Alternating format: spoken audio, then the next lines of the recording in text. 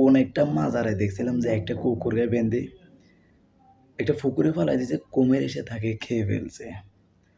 তা আমাদের বিক্ষুব্ধ জনতা সবসময় একটা অভ্যাস আছে, কিছু হয় বা না হয়, বিপদ আসে বা না আসে, আগুনে পোড়া যাক বা না যাক, এটা নিয়ে ভিডিও করবে।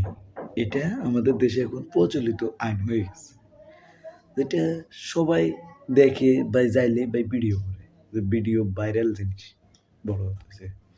এখন আমাদের দেশে একটা জিনিস দেখবেন যে কুকুরে এ বান দিয়ে পুকুরে ফেলাই দিয়েছে, পুকুরে কুমিরে খেয়ে ফেলছে।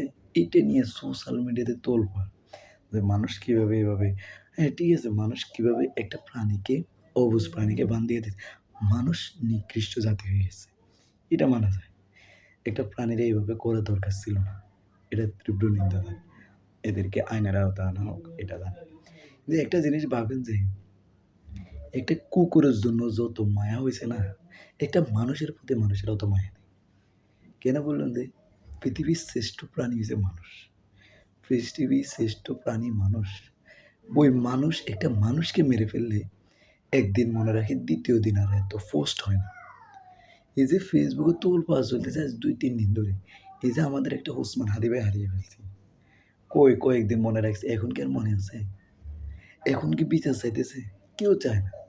একটা মানুষকে দিনে দুপুরে চিন্তা করতে গিয়ে তাকে মেরে ফেলে, এটা নিয়ে মানুষ কোনো কথা বলে না। যে মানুষের প্রাণীর মানে বেশি হয়ে গেছে, প্রাণীর জীবনটা বেশি হয়ে গেছে, আপনারা প্রাণীর বিচারটা চাইতে পারতেছেন, চিন্তাকারীতে একটা জলজন্ত মানুষকে মেরে ফেলছে, ওইটা বিচার চান না? ওইটা কোথায় আমাদের তা হারিয়ে গেছে? ওইটা কি মানবতা না? কোন প্রাণী, আমাদের কুকুরটার কথা বলি, কুকুরের চেয়েও মানুষের জীবনের মূল্য কম এদেশে। একটা কুকুরের মূল্য বেশি আছে বাংলাদেশে, কিন্তু মানুষের মূল্য নেই। তাহলে যদি মূল্য হইতো মানুষের, তাহলে এরকম পোস্ট, এরকম ভাইরাল হইতো না, এরকম বিচার চাইতেন আপনি।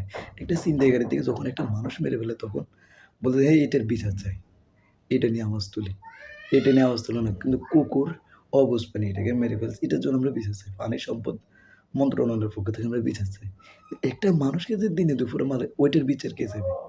ওইটার বুঝছি হচ্ছে আমরা ঘুমিয়ে যাই, তখন আমরা ঘুমাই, তখন আমরা দেখিও ফেসবুকে স্ক্রল করে ফালাই দিই, হ্যাঁ দূর, এতে মানুষ মারা গেলে কি?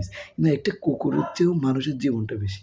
তার পরিবার আছে, তার সন্তান আছে, তার বাবা মা আছে, তার ভাই বোন আছে, তার ছেলে সন্তান আছে, তার স্ত্রী আছে। আমরা ওইদিকে খেয়াল রাখি, বলে কি একটা কুকুর যেরকম মানুষের আবেগ, একটা মানুষ তার পরিবারের একটা সদস্য, একটা মানুষের দ্বারা, একটা সদস্যের দ্বারা তার পরিবারটা চলে।